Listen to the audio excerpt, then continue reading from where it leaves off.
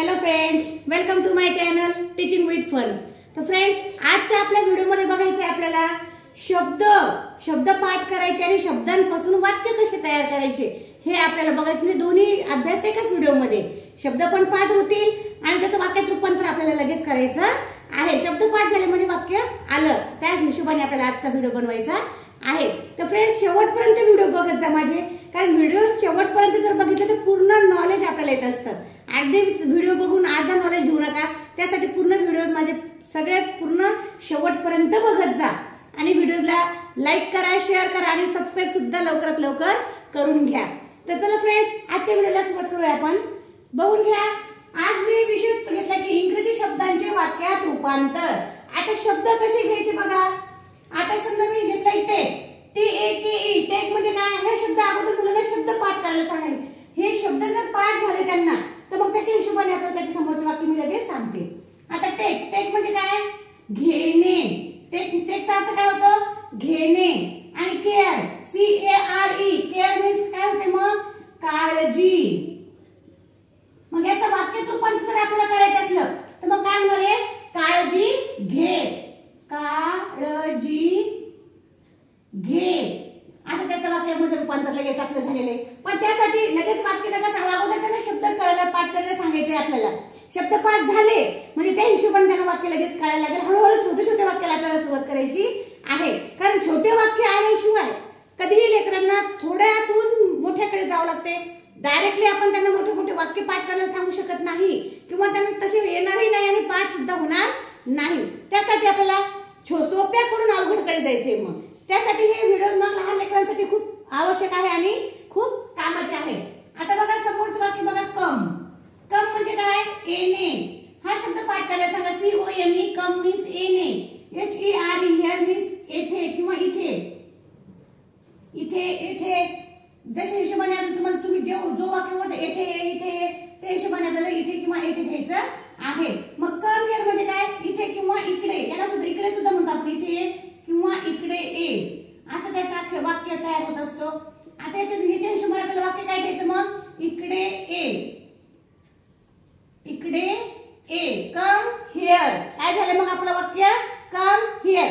दोन शब्द जरी आपण वेगवेगळे पाठ केले, कारण डायरेक्टली कम हिअर ते दोन शब्द त्यांना एकच पाठ होत नसतात। पण शब्द जर एक शब्द जर आपण त्यांच्याकडून पाठ करून घेतले तर मग त्यांना वाक्य कळायला लागेल। आता गो मीन्स काय होते मग? जाणे। गो मीन्स काय? जाणे। अहेड म्हणजे काय? समोर किंवा पुढे। मग याचं वाक्यात रूपांतर करायचं आपल्याला काय? मग समोर जा। काय होतं मग याचं वाक्यात रूपांतर? समोर जा, आहे की नाही? बघा किती सोपं वाटतंय की नाही? सोपं 100% वाटणार आहे। आणि त्यासाठी बघा आणखी पुढचे काही एक्झाम्पल आहेत बघा। आता सीट म्हणजे काय? सीट म्हणजे बसणे। सीट म्हणजे काय होतं? SIT, सीट म्हणजे बसणे। DOWN, डाऊन मीन्स खाली, सीट डाऊन। मग दोन्हीचा वाक्य काय तयार होईल? Sit down. मग सीट डाऊन म्हणजे काय? खाली बस किंवा खाली बसणे, आहे की नाही? हा, काय होते आपलं मग? सीट डाऊन म्हणजे खाली बस किंवा खाली बसणे। आणि त्यानंतर वाक्य गिव्ह म्हणजे काय? देणे। गिव्ह म्हणजे GIVE, गिव्ह मीन्स देणे। ME, मी मीन्स मला। मग याचं वाक्यात रूपांतर काय होणार सांगा बरं? आता 100% तुम्हाला कळायला लागलं असेल की आता याचं वाक्यात रूपांतर काय होणार आहे, म्हणजे मला दे, आहे की नाही? गिव्ह मी, मला दे। मग ते काही असो, give me pen, give me book, give me notebook, आहे की नाही? कोणत्याही वस्तूला आपण मग काय म्हणतो? मला दे। त्यानंतर शब्द ही म्हणजे काय होतं मग? तो। ही म्हणजे तो आणि राईट म्हणजे लिहिणे। मग याचं वाक्यात रूपांतर काय होणार आहे? तो लिहितो। ही राईट म्हणजे तो लिहित आहे, समजा असं होतं त्याचा अर्थ। त्यानंतर आहे शी गो, शी कम, असं आपण कोणत्या शब्दात कशासाठी वापरू शकतो? जर आपल्याला एक शब्द जर कळायला लागले तर मग त्या हिशोबाने आपल्याला हे शब्द मग दुसरीकडे आणखी याचा वापर सुद्धा होऊ शकतो। जर त्यांना शब्द यायला लागले तर मग आपण त्या शब्दांच्या अनुषंगाने अनेक शब्द पुढे बनवू शकतो किंवा अनेक वाक्य बनवू शकतो। कारण मग शब्द समजायला लागले की मग त्याचा वाक्यात रूपांतर कुठे कुठे उपयोग होतो बऱ्याच वेळेस एक तेच शब्द पुन्हा पुन्हा येतात का हा शब्द असेल शी असेल त्याच्यासमोर कोणताही शब्द येऊ शकतो किंवा गो असेल त्याच्यासमोर शब्द येऊ शकतो किंवा टॉल असेल म्हणजे काहीही शब्द आपल्याला नंतर वाक्यामध्ये रूपांतर करता येतात. आता शी म्हणजे काय ती आपण काय वापरलं ही म्हणजे काय मुलांसाठी वापरतो ही कुठे वापरतो मुलांसाठी किंवा जेंट्ससाठी ही म्हणजे तो आणि शी येस त्याची शी म्हणजे ती कशासाठी वापरायचं आहे मुलींसाठी वापरायचं आपल्याला म्हणजे मुली शी गो म्हणजे काय ती आणि गो म्हणजे जाणे.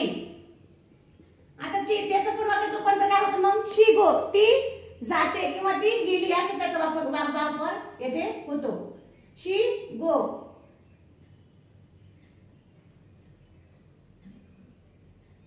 ती जाणे किंवा ती जाते असं त्याचं वाक्यामध्ये रूपांतर होतंय.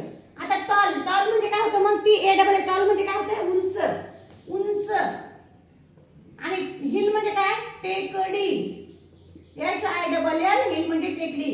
मग याचं वाक्यात रूपांतर काय होणार आहे उंच टेकडी. काय होणार याचं वाक्यात रूपांतर उंच टेकडी आहे की नाही. आता इथे आय आणि वॉन्ट आय म्हणजे काय मी आय म्हणजे मी आणि वॉन्ट म्हणजे पाहिजे. आता इथे मी पण होतो आणि मला पण होते कधी कधी वाक्यामध्ये थोडंसं चेंज होते. आय वॉन्ट म्हणजे मला पाहिजे मी पाहिजे असं होणार नाही. इथे वाक्याच्या अनुषंगाने थोडासा शब्दामध्ये चेंज होत असतो. मग इथे होणार आहे त्याचा अर्थ मला पाहिजे आय वॉन्ट मला पाहिजे. आणि त्यानंतर वाक्य आपलं माय. आता मायचा अर्थ काय होणार आहे मग माझे किंवा माझा काही होऊ शकते माझा माझी माझे. आता फ्रेंड्स म्हणजे काय फ्रेंड म्हणजे मित्र हे तर सगळ्याला माहिती आहे. लहान लहान लेकरांना सुद्धा फ्रेंड असतात सगळ्यांना फ्रेंड असतात. फ्रेंड शिवाय आपण राहू शकत नाही आहे की नाही. मग माय फ्रेंड खूप आपण अभिमानाने सांगतो की हा माय फ्रेंड म्हणजे माझा मित्र येतो आहे की नाही. मग याचं वाक्यात रूपांतर काय होणार आहे माझा मित्र किंवा माझे मित्र. आता माझा मित्र काय होईल एकच मित्र होऊ शकतो किंवा मग माझे मित्र पण होऊ शकतात. मग 2-3 पण असू शकतात मित्र मैत्रिणी वगैरे. मग त्यासाठी माझं झालेले वाक्याचं माय आणि फ्रेंडला जोडून आपण तयार केलेले वाक्य माझा मित्र. आता त्यानंतर टेल म्हणजे काय सांगणे आणि मी म्हणजे काय मला मी म्हणजे मला टी डबल एल टेल म्हणजे सांगणे. मग याचं वाक्यात रूपांतर काय होणार आहे मला सांग आहे की नाही. टेल मी जर तुमच्या काही मित्रामध्ये भांडण वगैरे झाले लगेच म्हणतो टेल मी प्लीज मला बोल ना मला काहीतरी सांग ना तू असं शांत बसू नको. मग त्यासाठी वाक्य मला सांग. आणि त्यानंतर वाक्य मग स्पीक म्हणजे काय बोलणे. स्पीकचा अर्थ होतो इथे बोलणे आणि स्लोली म्हणजे काय हळूवार हळू किंवा हळूवार दोन्हीपैकी कोणताही एक शब्द होऊ शकतो. स्पीक म्हणजे बोलणे SPEAK स्पीक म्हणजे बोलणे स्लोली SLOWLY. आता इथे काय काही वेळेस शब्द मोठे मोठे असतात ते पाठ होत नसतात. त्याचा एक सेपरेट व्हिडिओ बनवलेला मी की शब्द कसे पाठ करायचे तरी सुद्धा एक रिव्हिजन म्हणून सांगते. टप्पे करून घेत जा. मोठ्या स्पेलिंगचा जेव्हा आपल्याला पाठ करायचे असतात मुलांना लवकरात लवकर पाठ होत नाही लहान लहान मुलांना त्यासाठी SLOWLY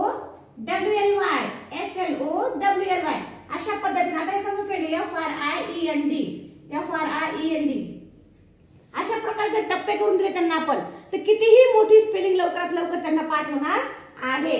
मग आता स्पीक स्लोली म्हणजे काय बोलणे हळूवार म्हणजे हळू बोल.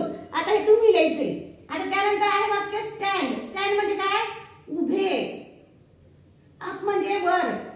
आता याचा वाक्यात रूपांतर काय होणार आहे उभे राहा पण वर उभे राहा नाही. वर म्हणजे खाली जेव्हा आपण बसलेलो असतो आहे की नाही जेव्हा आपण सिट डाऊन म्हणजे खाली बसणे आणि स्टँड अप म्हणजे उभे राहणे. म्हणजे जेव्हा आपण बेंचवर किंवा खाली फ्लोअरवर मॅटवर बसलेलो असतो मग त्याला काय म्हणतात स्टँड अप म्हणजे काय उभे राहा. म्हणजे जेव्हा आपण खाली बसलेलो असतो तेव्हा आपल्याला फक्त वरती उभं राहायचं. म्हणजे असं जेव्हा उभं राहतो तेव्हा आपण वरती झालो जेव्हा खाली बसलो तेव्हा खालती झालं.